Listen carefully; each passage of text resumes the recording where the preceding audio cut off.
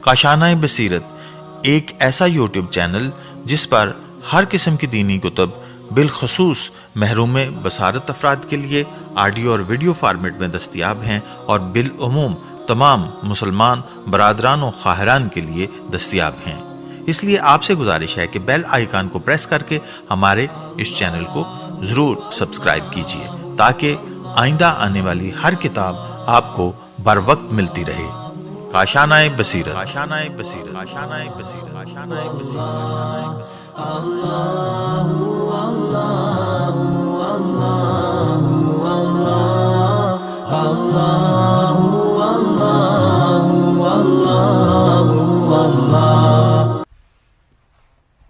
السلام علیکم عزیز سامعین، میں عامرہ حیدر حاضر خدمت ہوں کتاب نفس مطمئنہ کے باب دوم کے ساتھ۔ یہ ہے صفحہ نمبر 39 یعنی 39 پر۔ باب دوم ابتدا ہوتی ہے اس باب کی سورہ حشر کی آیت نمبر 19 سے۔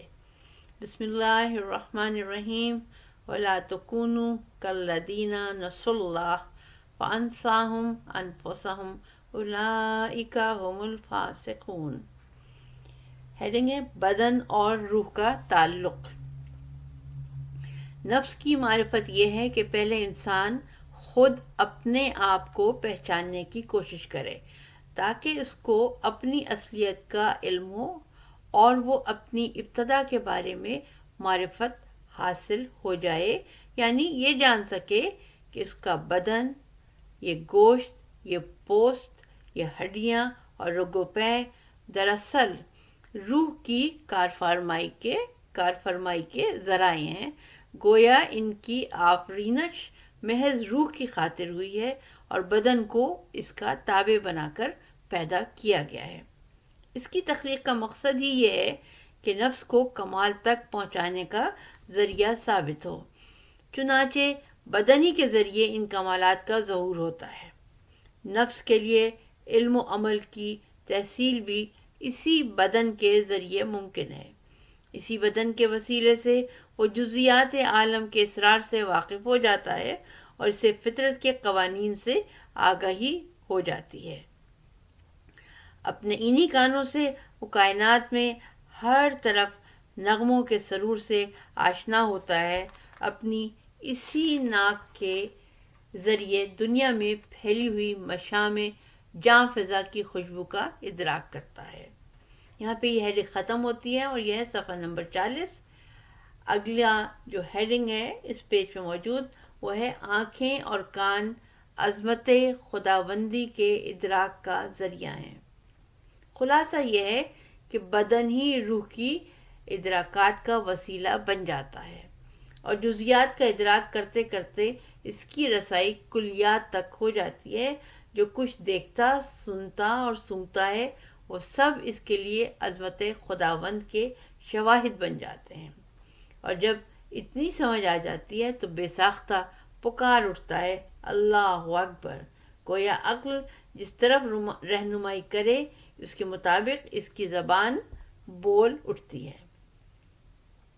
اسے جس بات کا ادراک ہوتا ہے اور اس کی آنکھ جو کچھ دیکھتی ہے وہ غرضے کے نعمت ہی تو ہے، اور الحمدللہ کہہ کر اس کی زبان اسے آشکار کر دیتی ہے، غرضے کے بدن کی حیثیت روح کے لیے وسیلہ کا درجہ رکھتی ہے۔ اگلا ٹاپک ہے اسی صفحے پر اعضائے جسم روح کی کارفرمائی کا وسیلہ ہیں۔ اعضائے جسم روح کی کارفرمائی کا وسیلہ ہیں۔ یہ تو سبھی جانتے ہیں کہ ہر کام کو انجام دینے کے لیے وسائل اور ذرائع درکار ہیں، لہذا روح جس وقت تک اس کا لفظ خاکی میں رہتی ہے اس کو بھی اعمال خیر کے لیے کوئی نہ کوئی ذریعہ چاہیے، بس انسان کے ہاتھ پاؤں روح کے لیے یہی کام انجام دیتے ہیں، ورنہ ہاتھ کے بغیر یہ کیوں کر ممکن ہے کہ وہ کسی گرے ہوئے بوجھ کو اٹھا سکے اور کسی کی مدد کر سکے۔ اس طرح خیر کا ایک کام یہ ہے کہ میاں بیوی کے مابین مصالحت کرا دی جائے، لیکن زبان نہ ہو تو وہ کس طرح دونوں کے مابین فتنہ و فساد کی آگ کو الفاظ کے ذریعے بجھا سکتا ہے؟ پس زبان کے بغیر وہ اس کار خیر کی انجام دہی سے قاصر رہے گا۔ یہ ہے صفحہ نمبر 41 پر۔ انسان کے پاؤں نہ ہوں تو وہ کس طرح مساجد تک پہنچ پائے گا، یا عبادت خانوں، مجالس واعظ و تفسیر میں شریک ہو سکے گا اور معرف الہی سے آگہی حاصل کر سکے گا؟ غرض یہ کہ ہمارا یہ بدن روح کی کارفرمائی کے لیے وسیلے کا کام دیتا ہے۔ علمی اور عملی قوا کا اظہار بدن کے بغیر ممکن ہی نہیں، اور ان کاموں کی تکمیل بدن ہی کے ذریعے ہوتی ہے۔ اگر بدن اپنا کام چھوڑ دے تو روح کے کمالات بھی مان پڑ جاتے ہیں۔ یہ بدن ہی کی برکت ہے کہ اللہ جل جلالہ نے روح کو انسان کے لیے مسخر کر رکھا ہے اور اس کا مطیع بنا دیا ہے، تاکہ وہ بدن کے وسیلے سے اپنے کمالات کا اظہار کر سکے۔ اگلا ٹاپک ہے یا ہیڈنگ کہہ لیں اس کو، جسم، کائنات اور قدرت الہی۔ جسم، کائنات اور قدرت الہی۔ جسم انسانی کے ساتھ روح کا تعلق ایسا ہی ہے جیسا کہ اس پوری کائنات میں قدرت الہی کے آثار و شواہد موجود ہیں، جسے پروردگار عالم کے بے انتہا ارادہ ازلی کا اظہار ہوتا ہے۔ اس طرح کہ خداوند کریم اپنے ارادہ مطلق سے جو چاہتا ہے اور جب چاہتا ہے اس سے وجود بخشتا ہے اور وہ ہو جاتا ہے۔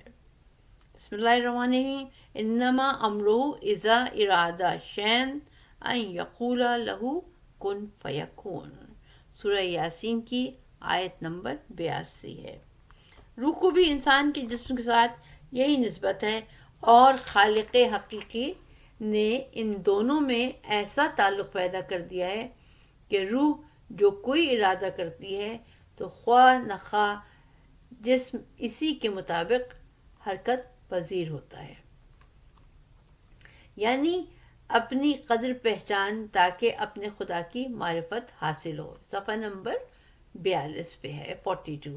انسانی جسم کی یہ عظیم عمارت جس کے وجود کو خالق ارض و سما نے سینکڑوں قواعد ظاہری و باطنی پر قدرت بخشی ہے، ان میں حواس خمسہ یعنی لامسہ، ذائقہ، باصرہ و سامعہ اور شامہ کے علاوہ حافظہ اور واہمہ اور مخیلہ، نیز قلب کی کارکردگی، گردوں اور معدے کے وظائف اور نظام ہضم و نظام تنفس وغیرہ سب شامل ہیں، اور بدن میں ان کی ساخت و تشکیل اس طرح کی گئی ہے کہ سب کے سب روح کے اختیار میں دے دیے گئے ہیں۔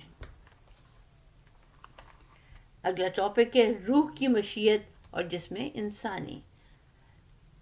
جب تم کہیں جانے کا ارادہ کرتے ہو تو اس کی ضرورت نہیں پیش آتی کہ اپنے پیروں سے کہو کہ چل پڑو۔ پاؤں خود بخود اٹھتے ہیں اور تم چلنے لگتے ہو۔ اسی طرح ارادہ کرتے ہو کہ اپنا ہاتھ جیب میں ڈالیں تو ہاتھ فوراً ہی جیب میں پہنچ جاتا ہے، اور ہاتھ کو یہ کہنے کی نوبت نہیں آتی کہ جیب میں داخل ہو جا۔ پھر آنکھ کا کرشمہ دیکھو کہ جب تم کسی طرف نگاہ ڈالنے کا ارادہ کرتے ہو تو نگاہیں خود بخود اس طرف اٹھ جاتی ہیں، یہ نہیں ہوتا کہ آنکھوں کو ایسا کرنے کے لیے کہنا پڑے۔ بس سارے کے سارے اعضائے جسم میں روح کی مشیت و ارادہ کی جس طرح کار فرمائی ہے، وہ اس عالم موجودات میں ارادہ الہی کے نفوذ کا چھوٹا سا نمونہ ہے۔ اب ہم آتے ہیں صفحہ نمبر 43 پر۔ ٹاپک ہے نفس ناطقہ کی قدرت۔ شیخ رئیس بو علی سینا نے اپنی کتاب الشفا میں قوت کشش کا ذکر کرتے ہوئے لکھا ہے کہ لوگ اس بات پر تعجب کرتے ہیں کہ مقناطیس کی ایک معمولی سوئی کس طرح اپنے سے کئی گنا بڑے وزن کو اٹھا لیتی ہے، حالانکہ تعجب تو اس پر ہونا چاہیے کہ خود تمہارے بدن کے اندر تمہاری روح کس طرح جذب ہو چکی ہے اور تمہارے رگ و پے میں سرایت کیے ہوئے ہے۔ روح یا نفس ناطقہ کا یہ کمال ہے کہ محض اس کی قوت ارادی کی بدولت انسان 50-60 کلو وزن تک اٹھا لیتا ہے۔ کیا اس پر تعجب نہیں کہ خداوند عالم نے اس روح کو اتنی طاقت عطا فرمائی ہے؟ اگلا ٹاپک ہے روح تنہا کئی آدمیوں کے کام کرتی ہے۔ جب روح جسم سے علیحدہ ہو جاتی ہے اور انسان مر جاتا ہے تو ہم دیکھتے ہیں کہ مردہ کی لاش کو 4 آدمی اپنے کانوں پر بمشکل اٹھاتے ہیں، لیکن زیادہ فاصلہ طے نہیں کر سکتے۔ اس کے برعکس روح کو دیکھو کہ وہ کس طرح اسی بھاری بھرکم جسم کو کتنی آسانی اور سہولت کے ساتھ ایک جگہ سے دوسری جگہ بلا تکلف لیے پھرتی ہے۔ نہ صرف یہ بلکہ دوڑتی ہے اور کودتی ہے۔ کیا روح کا یہ کمال خدائے حکیم و دانا اور قادر مطلق کی قدرت کا ثبوت نہیں؟ پھر تم اس پر غور کیوں نہیں کرتے؟ کہو اللہ اکبر کہ اللہ تعالیٰ نے کس طرح اس جسم کو میرے لیے مسخر کر دیا ہے۔ بس چاہیے کہ پہلے اپنے روح مجرد اور نفس ناطقہ کو ذات و حقیقت کو پہچاننے کی کوشش کرو تاکہ اپنے خالق کی معرفت حاصل ہو سکے۔ صفحہ نمبر 43 ہے یہ، اور ٹاپک ہے حواس مادی ناقص ہیں۔ بعض جاہلوں کا کہنا ہے کہ جس چیز کو ہم اپنی آنکھوں سے نہیں دیکھ سکتے اس پر کس طرح یقین کر لیں۔ اسی طرح مادیین کہتے ہیں کہ انسان کے وجود میں گوشت و پوست کے سوا کچھ نہیں دکھائی دیتا۔ بس نفس یا روح کے وجود کو کس طرح مان لیا جائے؟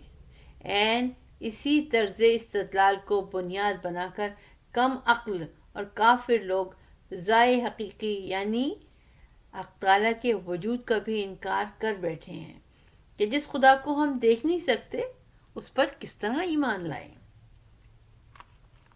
اس قسم کی طفلانہ باتیں بے شعوری کا نتیجہ ہیں کہ ہر وہ چیز جسے آنکھوں کے ذریعے دیکھنا ممکن نہیں اسے انکار کر دیا جائے۔ لیکن سوال یہ ہے کہ اگر کسی چیز کا ادراک جس کے ذریعے ممکن نہ ہو تو یہ جس کا نقص ہے، یا اس سے یہ لازم آتا ہے کہ وہ چیز ہی موجود نہیں۔ بے شمار اشیاء ایسی ہیں کہ ان کی لطافت کے باعث آنکھ ان کو دیکھنے سے قاصر ہے، درآں حالانکہ ان کا وجود ہے۔ اگلا ٹاپک ہوا اور برق بھی مری نہیں۔ کسی کے مجال ہے کہ ہوا کے وجود سے انکار کر سکے؟ اور اگر ہوا نہ ہو تو کون زندہ رہ سکتا ہے؟ ہوا کے بغیر ہر جاندار دم گھٹ کر ہلاک ہو جائے، لیکن تمہاری آنکھ کہ ہوا کو دیکھ سکتی ہے؟ حالانکہ علوم طبیعیات کی روح سے یہ بات مسلمات میں سے ہے کہ ہوا کئی عناصر کا امیزہ ہے جس میں آکسیجن اور ہائیڈروجن شامل ہیں۔ تم نہ تو ان عناصر کو اپنی آنکھ سے دیکھ سکتے ہو اور نہ ان کے آمیزے کو۔ اسی پر قیاس کر لو دوسرے لطیف موجودات کا بھی یہی حال ہے۔ یہ ہم صفحہ نمبر 45 پر ہیں۔ بجلی کے تاروں میں سب کو علم ہے کہ برق دوڑتی رہتی ہے، لیکن کیا تم اس کو دیکھ سکتے ہو؟ اور کیا اس سے انکار کر سکتے ہو اس بنا پر کہ تمہاری آنکھ اس کو دیکھنے پر قادر نہیں؟ اگلا ٹاپک معلول سے علت کا پتہ چلتا ہے۔ سارے موجودات عالم میں لطیف ترین شے عقل ہے۔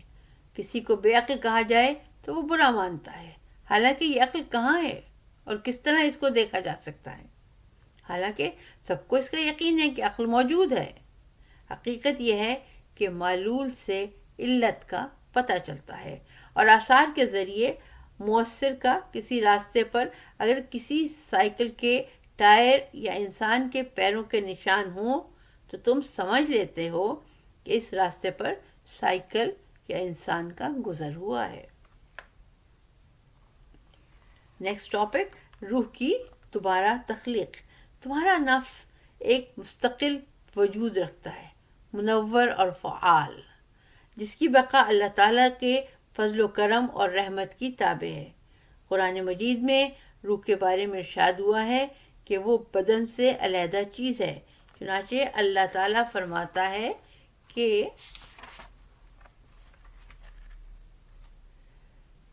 یہاں پہ جو ہے آیت تھوڑی سی مٹی ہوئی ہے، لیکن یہ سورہ مومنون کی آیت نمبر 14 مس پرنٹ ہوا ہے کچھ اس میں، لیکن سورہ مومنون آیت نمبر 14 ہے. اس کے بعد ہم دوسری مرتبہ تخلیق کرتے ہیں، یعنی انسان کی تخلیق پہلے تو نطفے سے ہوتی ہے، پھر وہ علقہ یا جمے ہوئے خون کی شکل اختیار کرتا ہے، بعد ازاں مضغہ گوشت یا لوتھڑا بن جاتا ہے، اور آخر میں پورے بدن کی تکمیل ہوتی ہے.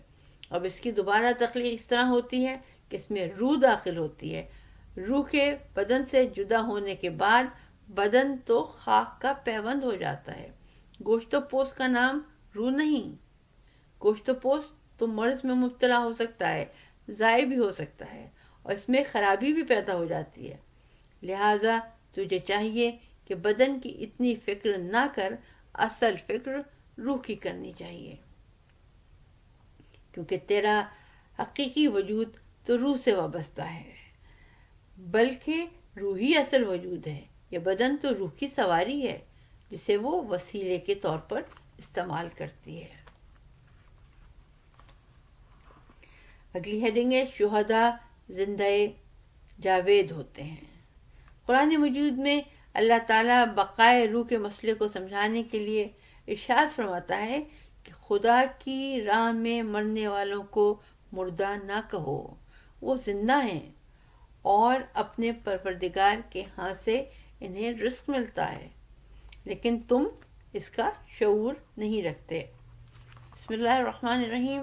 ولا تقولوا لمن يقتل في سبيل الله اموات بل احیاء ولکن لا تشعرون. سورہ بقرہ آیت نمبر 154. ہمارے ہیں اگلے صفحے پر صفحہ نمبر 47. گویا ہوتا یہ ہے کہ روح اپنے مرکب یعنی سواری کو چھوڑ کر پیادہ اور مجرد شکل اختیار کر لیتی ہے، اور امام جعفر صادق علیہ السلام کی تشریح کے مطابق قفس میں گرفتار شدہ یہ پرندہ قفس سے آزاد ہو جاتا ہے. قفس یعنی بدن تو زیر خاک چلا جاتا ہے اور دفن کر دیا جاتا ہے، تو پھر روح کہاں جاتی ہے؟ یہاں پہ ایک شعر ہے جو کہ فارسی میں ہے. فارسی میری اتنی اچھی نہیں ہے، اس لیے میں اس کو پیس کرتی ہوں اور اگلے ٹاپک پہ آتی ہوں. بقائے روح. حضرت علی علیہ السلام فرماتے ہیں کہ جب کسی پر خدا کی رحمت ہے تو وہ اپنے آپ کو پہچان لیتا ہے. رحم اللہ عرفہ نفسہ، اور یہ جان لیتا ہے کہ اس کی خودی محض گوشت پوست نہیں، اور یہ کہ وہ صرف ایک حیوان نہیں بلکہ اس حقیقت کچھ اور ہے جس کی بقا اللہ تعالیٰ کی رحمت پر منحصر ہے، اور وہی روح ہے اور بدن جو اس کے زیر تصرف ہے. بس ہر طرف روحی کی کار فرمائی ہے. روح کی یہ کار فرمائی جس کی صلاحیت اللہ رب العزت نے اس میں ودیت کی ہے، خدا کی قدرت اور اس کی کار فرمائی کی مظہر ہے. انسان کے بدن میں قدرت الہی کے ظہور کا ثبوت یہ بھی ہے کہ ہمارا اپنا ارادہ ہمارے جسمانی حرکات پر نافذ العمل رہتا ہے. گویا ہر شے میں اسی کا حکم جاری و ساری ہے، یعنی کوئی بھی شخص کوئی سا کام کرے اس میں اسی کے حکم اور مشیت کو دخل ہوتا ہے. صفحہ نمبر 48. ٹاپک ہے عالم موجودات خدا ہی کا تخلیق کرتا ہے. تیرا یہ بدن تیری تخلیق نہیں، اس میں پھر بھی تیرا عمل دو ہوتا ہے، اور عالم موجودات تو خدا ہی کی مخلوق ہے، لہذا اس میں حکم خداوندی نفوذ کیسے نہ ہو. خدا واحد کی ذات اقدس کے ارادے کی اطاعت کائنات کا ایک ایک ذرہ بدرجہ اتم کرتا رہتا ہے، اور وہ ہر آن معدوم کو موجود اور موجود کو معدوم، نیز متصل کو منفصل اور منفصل کو متصل کرتا رہتا ہے۔ ٹاپک ہے انسان کے ادراکات روح ہی کا کرشمہ ہے۔ انسان کے ادراکات روح ہی کا کرشمہ ہے۔ بدن میں روح کی کارفرمائی کی مزید وضاحت کے لیے ہم مختلف مثالوں کے ذریعے یہ ثابت کریں گے کہ روح اور بدن دو باہم مختلف چیزیں ہیں، یعنی روح کا اپنے وجود الگ ہے اور بدن اپنا الگ وجود رکھتا ہے۔ ہم یہ پہلے ہی بیان کر چکے ہیں کہ آنکھوں اور کانوں یا ہمارے حواس کے ذریعے روح کا ادراک ممکن نہیں، جو اپنے وجود میں انتہائی لطیف شے ہے، تاہم اس کے اثرات کا پتہ چلا لینا ممکن ہے۔ بدن میں روح کے اثرات ہی ہمارے ادراکات ہوتے ہیں۔ مثلاً تم راستے سے جا رہے ہو اور یکایک تمہارے پاؤں کو کسی پتھر سے ٹھوکر لگ جاتی ہے، یا پاؤں میں کوئی کانٹا چبھ جاتا ہے، تو فوراً ہی اس سے واقف ہو جاتے ہو۔ اسی طرح جسم کے ساتھ کوئی بھی حادثہ پیش آئے، روح کو فوراً اس کا علم ہو جاتا ہے۔ یہ مثال ہے روح کے علم کی بدن کے تعلق سے۔ تمہارے اپنے علم کا گویا یہی ذریعہ ہے جو تمہارے جسم کے ساتھ کسی حادثے کے بارے میں تم کو حاصل ہوتا ہے۔ اللہ جل شانہ جو تمہاری روح اور بدن اور ہر دو کا خالق ہے، اور کائنات کا کوئی واقعہ ہو بدرجہ اتم و اکمل، اس کو اس کا علم ہو جاتا ہے اور کوئی چیز اس سے پوشیدہ نہیں رہ سکتی۔ نیز کائنات کی کسی گوشے میں بھی کوئی حادثہ رونما ہو، اس میں کے اذن اور مشیت کا دخل ہوتا ہے۔ یہ ہے صفحہ نمبر 49۔ ٹاپک ہے حافظے میں نفس کے تجرد کی دلیل۔ سب جانتے ہیں کہ روح مادی نہیں، لیکن انسان کے حافظے کی قوت پر غور کرو کہ اوائل عمر ہی سے جو کچھ دیکھتا اور سنتا ہے یا محسوس کرتا ہے وہ اس کے حافظے میں محفوظ ہو جاتا ہے، بلکہ اسی کو حافظہ کہتے ہیں۔ اگر کوئی شخص چاہے کہ اس نے اپنی پوری زندگی میں جتنی باتیں کہیں اور سنی ہیں یا جتنی چیزیں دیکھی ہیں ان کا شمار کرے، تو سچی بات یہ ہے کہ اسے سرسام کا مرض لاحق ہو جائے۔ حتیٰ کہ تم اپنی 1 گھنٹے میں کی ہوئی گفتگو کو سپرد کرتاس کرنا چاہو تو کتنے صفحات بھر جائیں۔ اندازہ کرو کہ زندگی کی باتوں کو جو تم نے سنی ہوں یا زبان سے کہی ہوں، قلم بند کرنے کے لیے کتنی ضخیم جلدیں درکار ہوں گی اور وہ کتنی جگہ گھیریں گی۔ کیا یہ بات باعث حیرت نہیں کہ یہ سب کچھ تمہارا حافظہ بلا تکلف محفوظ کر لیتا ہے۔ اگلی ہیڈنگ ہے مدرکات نفس میں باہم کوئی اختلاف نہیں۔ انسان کا یہ نفس ناطقہ بھی عجیب شے ہے کہ اس کے متعدد ادراکات کے مابین باہم کوئی اختلاف نہیں ہوتا۔ مثلاً اگر آپ اپنے آپ سے سوال کریں کہ کل میں نے کس شخص سے ملاقات کی تھی، اس کا جواب پانے کے لیے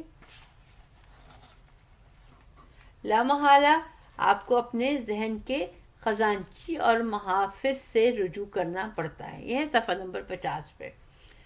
چنانچہ آپ کا حافظہ جو آپ کی یادوں کا محافظ اور یادوں کے سرمایہ کا خزانہ دار ہے، فوری جستجو شروع کر دیتا ہے اور کھوج لگا کر آپ کے سوال کا جواب مہیا کر دیتا ہے۔ یہ بات ضرور ہے کہ کسی کا حافظہ قوی ہوتا ہے اور کسی کا کمزور۔ اسی طرح ہر شخص میں بھول جانے کا رجحان بھی کم و بیش ہوتا ہے۔ بعض لوگوں کے حافظے میں وہی بات دیر تک محفوظ رہتی ہے۔ اب آتے ہیں ٹاپک نفس کی وسعت اور اس کے بے شمار ادراکات۔ نفس کی وسعت اس قدر حیران کن ہے کہ اس میں بے شمار محسوسات و مدرکات تہ بتہ جمع ہوتے جاتے ہیں، اور طرفہ یہ کہ مادی طور پر یہ جگہ بھی نہیں گھرتے۔ کیسی بات کی یہ روشن دلیل نہیں کہ انسان محض مادی جسم کا نام نہیں۔ اس مفہوم کی وضاحت کے لیے میں 2 حکایتیں بطور مثال پیش کرتا ہوں۔ ان حکایتوں میں سے خود ہی معلوم ہو جائے گا کہ روح کی شناخت کیا ہے اور بدن میں اس کی کارفرمائی اور قدرت نافعہ کس حد تک حاوی ہے، اور یہ کہ وہ بدن پر حکمران ہے نہ کہ بدن اس پر حکمران ہے۔ ہیڈنگ ہے خوارزم شاہ کا نفسیاتی علاج۔ کہتے ہیں سلطان خوارزم شاہ کو فالج کا عارضہ ہو گیا تھا۔ متعدد طبیب علاج کرتے کرتے عاجز آ چکے تھے، لیکن اس کا مرض جوں کا توں برقرار رہا۔ صفحہ نمبر 51۔ اس دور کے مسلمہ طبیب حکیم محمد بن زکریا رازی تھے۔ نام ہے حکیم محمد بن زکریا رازی۔ بادشاہ نے انہیں بلوا بھیجا۔ حکیم رازی جب پہنچے تو اس وقت تک جو ادویہ استعمال کی جا رہی تھیں وہ ان کے سامنے پیش ہوئیں۔ رازی نے بھی اپنی سی دوائیں تجویز کر کے علاج شروع کر دیا، لیکن بادشاہ کے مرض میں کوئی افاقہ نہیں ہوا۔ طبیب رازی بہت غور و فکر کے بعد اس نتیجے پر پہنچے کہ اس مرض کا علاج عام دواؤں سے ممکن نہیں، اور اس کا صحیح علاج نفسیاتی طریقے سے کیا جائے تو کارگر ہو سکے گا۔ رازی بڑے دانا حکیم و طبیب تھے۔ انہیں نفسیاتی علاج شروع کر دیا اور بادشاہ سے مخاطب ہو کر کہا کہ پہلے میرے لیے جان بخشی اور امان کی خاطر ایک حکم لکھ دیں کہ آپ کے علاج کی خاطر میں جو کچھ بھی کروں اس پر میری گرفت نہ ہوگی اور میری جان بخشی ہوگی۔ بادشاہ نے یہ امان نامہ لکھ دیا تو رازی نے ایک گرم حمام تیار کرنے کا حکم دیا جس کا درجہ حرارت طبیب رازی کے اختیار پر ہو۔ اس زمانے کا دستور تھا کہ حمام کو خوب گرم رکھا جاتا تھا اور ہوا کے گزرنے کے لیے راستہ نہیں ہوتا تھا۔ چنانچہ بادشاہ کو ننگ دھڑنگ حالت میں حمام کے بیچوں بیچ گرم گرم پتھروں پر بٹھا دیا گیا اور اسے اکیلا چھوڑ دیا گیا۔ نیز پانی کی حرارت بھی خوب تیز رکھنے کے لیے مناسب اہتمام کر دیا گیا۔ چند ہی گھنٹوں کے اندر اس روح فرسا گرمی میں بادشاہ کے جوڑ کھل گئے اور ہڈیاں تک چلنے لگیں۔ وہاں وہ یکو تنہا تھا اور مدد کے لیے کوئی موجود نہیں تھا۔ اس حالت میں طبیب رازی ننگی تلوار ہاتھ میں لیے حمام میں داخل ہوئے اور انتہائی فاحش اور نازیبا گالیاں بکتے ہوئے بادشاہ سے مخاطب ہو کر کہنے لگے، اے بادشاہ، میں نے یہ سب کھیل اس لیے کھیلا تھا کہ تجھے یکا و تنہا، اگلا صفحہ نمبر 52، یکا و تنہا اور نہتہ پا کر مار ڈالوں، کیونکہ تو نے بڑے بڑے ظلم کیے ہیں۔ اب میں اس تلوار سے تیرے ٹکڑے ٹکڑے کر دوں گا، اور یہ کہہ کر بادشاہ پر حملہ کر دیا۔ خوارزم شاہ پر موت کا خوف طاری ہو گیا اور دہشت کے مارے اپنی جگہ سے اچھل پڑا، اور یکا یک اس نے حمام کے تالاب میں چھلانگ لگا دی تاکہ رازی کے ہاتھ نہ آ سکے۔ ایک فالج زدہ شخص جو عام روایتی دواؤں سے صحت یاب نہ ہو سکتا تھا، اس کی شفا دراصل روح کے علاج میں مضمر تھی۔ چنانچہ اس نفسیاتی علاج سے اس کے اعضاء خود بخود حرکت پذیر ہو گئے اور خوف و دہشت نے اس کی قوا کو بیدار کر دیا اور وہ اٹھ کھڑا ہوا اور فالج کا اثر زائل ہو گیا۔ بادشاہ نے تالاب میں چھلانگ لگاتے ہی طبیب رازی تو وہاں سے رفو چکر ہو گئے اور باہر آ کر گھوڑے پر سوار یہ جا وہ جا نظروں سے اوجھل ہو گئے۔ خوارزم شاہ نے باہر آ کر لباس زیب تن کیا اور زکریا رازی کو پیش کرنے کا حکم دیا، لیکن اس کو بتایا گیا کہ وہ تو فرار ہو چکے ہیں۔ بادشاہ نے حکم دیا کہ ان کو تلاش کر کے میرے حضور لے آؤ تاکہ انہیں انعام میں خلعت عطا کروں۔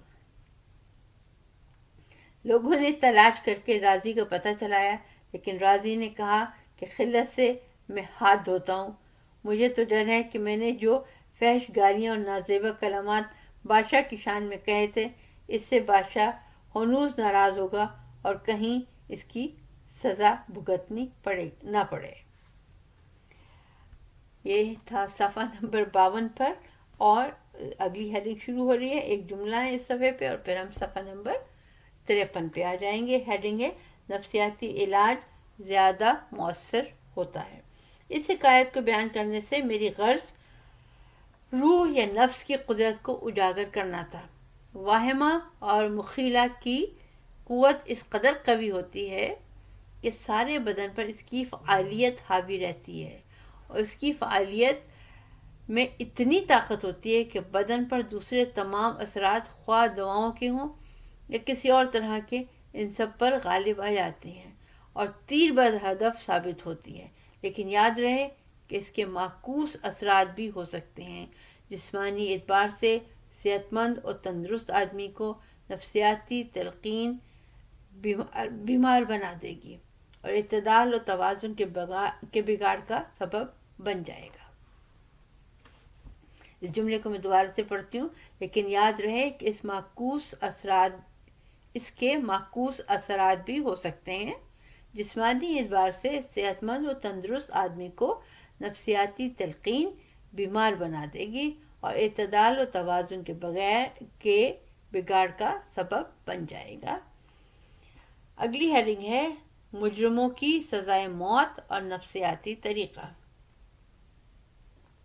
کہتے ہیں کہ 2 ملزموں کو جرم ثابت ہونے پر موت کی سزا دی گئی۔ اس سزا پر عمل کرنے کا جو طریقہ تجویز کیا گیا وہ یہ تھا کہ دونوں میں سے ایک کی آنکھوں پر پٹی باندھی گئی اور دوسرے مجرم کو اس کے سامنے اس طرح بٹھایا گیا کہ وہ اسے دیکھ سکے۔ جس کی آنکھوں پر پٹی باندھی گئی تھی اسے ایک نشتر چبو کر زخمی کر دیا گیا۔ زخم سے خون بہتا رہا یہاں تک کہ جسم کا سارا خون بہہ کر خارج ہو گیا اور 2-3 گھنٹوں کے اندر چل بسا۔ دوسرا مجرم اپنی آنکھوں کے سامنے یہ سب کچھ دیکھ رہا تھا۔ اب اس کی آنکھوں پر پٹی باندھی گئی اور نشتر جس میں چبھونے کی بجائے اس طرح لہرایا گیا کہ وہ بدن کو چھوتا رہے اور مجرم کو یہ محسوس ہو کہ اب اس کی باری آنے والی ہے۔ وہ چونکہ اپنے ساتھی کا حشر دیکھ چکا تھا اس لیے اس نے اپنے لیے سوچنا شروع کر دیا کہ اس کا بھی کام تمام ہونے والا ہے۔ چنانچہ جب اس کے جسم میں نشتر چبھو دیا گیا تو مشکل 5-10 منٹ بھی نہ گزرنے پائے تھے کہ وہ جگہ سے گر پڑا اور راہ عدم لی۔ صفحہ نمبر 54 ہے اور ہیڈنگ ہے نفسیاتی تلقین شفا بھی دے سکتی ہے اور بیمار بھی کر سکتی ہے۔ نفسیاتی تلقین کے مؤثر ہونے کے اب جدید دور کے ادبا بھی اہمیت دینے لگے ہیں۔ مثلاً کوئی شخص اپنے آپ کو بیمار سمجھنے لگے تو خواب ایسے ہی دیکھے گا گویا وہ بیمار ہے۔ اس طرح صحت و تندرستی کے بارے میں بھی تلقین مؤثر ثابت ہوتی ہے۔ یہاں تک کہا جاتا ہے کہ کسی کو سانپ کاٹ لے اور جب تک اس کو معلوم نہ ہو کہ سانپ نے اس کو ڈسا ہے اس کے بہتر ہونے کی امید باقی رہتی ہے، اور جب اس کو علم ہو جائے تو سانپ کے زہر کا علاج قدرے مشکل ہو جاتا ہے۔ شاید اس کی وجہ یہ ہو کہ سانپ کے ڈسنے کا خوف اور دہشت ہی اس کے دوران خون کو متاثر کر دیتا ہے اور اس طرح زہر جلدی دل تک پہنچ جاتا ہے اور اپنا اثر کر جاتا ہے۔ ہم اور آپ محض بدن یا جسم نہیں ہیں۔ جسم تو ہمارے لیے سواری کا کام دیتے ہیں اور ہماری حقیقت کوئی ایسی شے نہیں جو بظاہر دکھائی دے کیونکہ وہ مادی نہیں۔ ہاں اس کے اثرات سے وہ پہچانی جا سکتی ہے۔ اس کا اثر ہے کہ جسم حرکت کرتا ہے۔ روح کی جو کار فرمائی ہمارے اجسام میں ہے اس کا یہ کرشمہ ہے کہ ہم حافظے کی قوت کے مالک ہیں اور حافظہ روح کے تجرد اور اس کی بقا پر شاہد ہے۔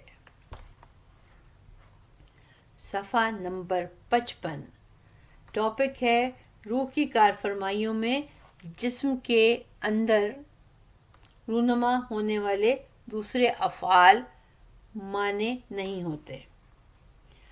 روح کی تجرید اور اس کی قدرت کی ایک بڑی دلیل یہ ہے کہ جسم کے دوسرے افعال اس کی کار فرمائی میں مانے نہیں ہوتے۔ جب لقمہ منہ میں پہنچتا ہے تو اس کی مٹھاس کا ادراک روح کو ہوتا ہے۔ دانت اس کو چباتے ہیں تو ذائقے کا ادراک بھی روح کو ہوتا ہے۔ تم باتیں بھی کرتے رہتے ہو، اسی حالت میں تمہاری آنکھیں بھی کام کر رہی ہوتی ہیں، کان اپنا کام کر رہے ہوتے ہیں اور دانت بھی چبانے کا کام جاری رکھتے ہیں، اور تم غذائی لذت سے لطف اندوز ہو رہے ہوتے ہو، باتیں بھی کیے جا رہے ہو، اور ممکن ہے کہ اسی دوران اپنے حافظے کی مدد سے تم سوچنے اور کسی بات کے متعلق فکر کرنے میں بھی مشغول ہو جاؤ۔ مثال کے طور غذائی کے بارے میں کہ یہ خوراک تم کھا رہے ہو بہتر ہے یا وہ غذا جو تم نے پہلے کھائی تھی۔ پھر یہ کہ اس غذا کے خواص کیا ہیں، یہ سب کچھ ہو رہا ہوتا ہے، اور اس کے ساتھ ساتھ تمہارا بدن اپنے فرائض کی انجام دہی میں برابر منہمک ہے، اس کی حصہ لامسا اپنا کام جاری رکھتی ہے، دل کے کام کی بجاوری میں کوئی رکاوٹ نہیں ہوتی، تمہارا نظام تنفس بھی کام کر رہا ہوتا ہے، قوائے باطنی اور نظام ہضم بھی اپنے اپنے فرائض میں مشغول ہیں۔ اگلا ٹاپک ہے سانس لینے کے لیے متبادل راستے مہیا کرنے میں بھی حکمت الہی پوشیدہ ہے۔ حکمت الہی نے ہماری ضروریات کے پیش نظر سانس لینے کے 2 متبادل راستے مہیا کر دیے ہیں۔ یہ ہے صفحہ نمبر 56 پیج پہ۔ یعنی حلق کے راستے سانس لینا مشکل ہو اور منہ میں کھانے کا لقمہ موجود ہو تو ناک کے 2 سوراخ تنفس کے نظام کو برقرار رکھنے کا کام انجام دیتے ہیں۔ گویا نظام تنفس کو ایک فاضل پرزہ یا ریز رو بھی فراہم کر دیا گیا ہے، اس طرح کھانے کا لقمہ منہ سے باہر نکالے بغیر سانس لینے میں کوئی دشواری نہیں پیش آتی۔ نیز ناک کے 2 سوراخ رکھنے میں بھی یہ حکمت کار فرما ہے، اگر سردی اور نزلے کے باعث ایک بند ہو جائے تو متبادل سوراخ موجود ہو جس سے سانس لینا ممکن ہو۔ اسی طرح سونے میں جبکہ منہ بند رہتا ہے، ناک کے تنفس کے نظام کو برقرار رکھنے کا ذریعہ ہوتی ہے، اور اگر ناک کے دونوں سوراخ کسی عارضے کے باعث بند ہو جائیں تو پھر منہ کے راستے تنفس کا عمل جاری رہتا ہے۔ خلاصہ یہ کہ انسان کی جسمانی ساخت اس طرح کی گئی ہے کہ ایک وقت میں جسمانی نظام کے سینکڑوں کام ایک ہی ساتھ جاری رہتے ہیں۔ یہ قدرت خداوندہ کی حکمت بالغہ ہے تاکہ انسان اس کی معرفت حاصل کر سکے۔ اگلا ٹاپک ہے موت کے وقت قدرت الہی آشکار ہوتی ہے۔ اہل بیت کی مناجات اور دعائیں جو ہم تک پہنچی ہیں حکمت سے بھرپور ہیں اور حقائق کا خزانہ ہیں، تاکہ ہم ان کی برکات سے معرف تک رسائی حاصل کر سکیں اور خدا کو پہچان سکیں۔ من جملہ جوشن کبیر نے بھی یہ دعا نقل کی ہے، جس کو توجہ کے ساتھ ہمیشہ ورد کرنا چاہیے، بالخصوص ماہ رمضان المبارک اور شب قدر کے موقعوں پر۔ اس دعا کی بڑی تاثیر ہے، یہ ہے صفحہ نمبر 57 پر۔ اس مناجات کا ایک جملہ محض یاد دلانے کی خاطر درج کرتا ہوں، یا من فی الممات قدرت ہی، جو شخص بھی خدا کی قدرت کو سمجھنا چاہے اسے اپنی موت کو بھولنا نہیں چاہیے، بلکہ ہر وقت اس کو یاد رکھنا چاہیے، کیونکہ ہر شخص کو مرتے وقت لازمی طور پر معلوم ہو جاتا ہے کہ خدائی قدرت کیا ہے۔ اگلا ٹاپک ہے موت کے وقت ناتوانی۔ یہی انسان جو کسی وقت 30 کلو وزن تک بے کھٹ کے اٹھا لیا کرتا تھا اور تقریر کرنے پر آتا تھا تو اس کی زبان ایک گھنٹے تقریر کرتے نہ تھکتی تھی، لیکن جب موت سر پر منڈلاتی ہے اور چاہتا ہے کہ لا الہ الا اللہ زبان سے ادا کرے تو ناتوانی کا یہ عالم ہوتا ہے کہ زبان اس کا ساتھ نہیں دیتی، جیسے اس کے سر پر کوئی بوجھ گر پڑا ہو۔ آگے فارسی زبان میں کچھ اشعار ہیں، ان کو میں اسکپ کر رہی ہوں، پڑھوں گی تو یقیناً ادائیگی میں اتنی بہتر نہیں ہوگی، تو ان کو اسکپ کر کے میں آگے پڑھتی ہوں۔ یہ ہاتھ جو مظلوموں پر اٹھتے تھے اب یہ حال ہوتا ہے کہ منہ پر مکھی یا مچھر بیٹھ جائے تو ہاتھوں میں اتنی سکت بھی نہیں کہ اسے اڑا سکے۔ گویا ہاتھ اس کا کہنا نہیں مانتے اور زبان اذکار رفتہ ہو چکی ہے، اور وہ پاؤں جو ارادہ کرتے ہیں حرکت میں آ جاتے تھے، اب ساتھ نہیں دیتے۔ یہ ہے صفحہ نمبر 58 پر۔ وہ صرف آرزو کر کے رہ جاتے ہیں کوئی تو اس کا کہا مان لے، لیکن کسی پر اس کو قدرت نہیں۔ مرتے وقت معلوم ہوتا ہے کہ اس کو جو قدرت اور طاقت حاصل تھی وہ پرایا مال تھا۔ اب بوقت مرگ یہ معلوم ہوا کہ یہ قدرت اور طاقت خدا کی دی ہوئی تھی، اور اب تک وہ جس زوم میں مبتلا تھا وہ محض خود فریبی اور دھوکہ تھا۔ اس لیے انسان کو چاہیے کہ مال و زر یا حکومت و سلطنت مل جائے تو غرور و تکبر سے کام نہ لے، کیونکہ تخت، سلطنت یا حکومت کی کرسی انسان کو بدبخت بنا دیتی ہے، اور سمجھ بیٹھتا ہے کہ یہ سب کچھ اس کا اپنا ہے۔ لیسٹ ہیڈنگ ہے اس صفحے پہ اس باب کی، بہلول کا قبرستان جانا اور وزیر کو نصیحت کرنا۔ خلیفہ ہارون رشید کا وزیر ایک قبرستان سے گزر رہا تھا۔ دیکھا کہ بہلول تنہا قبروں کے درمیان بیٹھا بوسیدہ ہڈیوں کو ادھر پھینک رہا ہے۔ وزیر نے پوچھا، بہلول کیا کر رہے ہو؟ اس نے جواب دیا کہ چاہتا ہوں کہ مردوں کو الگ الگ کروں، یعنی رئیسوں کو ان کے رعایا سے اور وزیروں کو ان کے ماتحت حاکموں سے علیحدہ کر دوں۔ ویسے تو ایک کا سر اور دوسرے کا سر ایک سے ہیں، قبریں پہنچ کر سب ایک ہو گئے ہیں۔ گویا ان الفاظ سے وزیر کو پند و نصیحت کرنا مقصود تھا۔ عزیز سامعین، اس پہ باب دوم کا اختتام ہوتا ہے۔ انشاءاللہ پھر ہم شروع کریں گے باب سوم، جو کہ ہے صفحہ نمبر 59 یعنی صفحہ نمبر 59 پر۔ اس وقت تک خدا حافظ۔ انشاءاللہ اگلے باب میں آپ سے پھر ملاقات ہوگی۔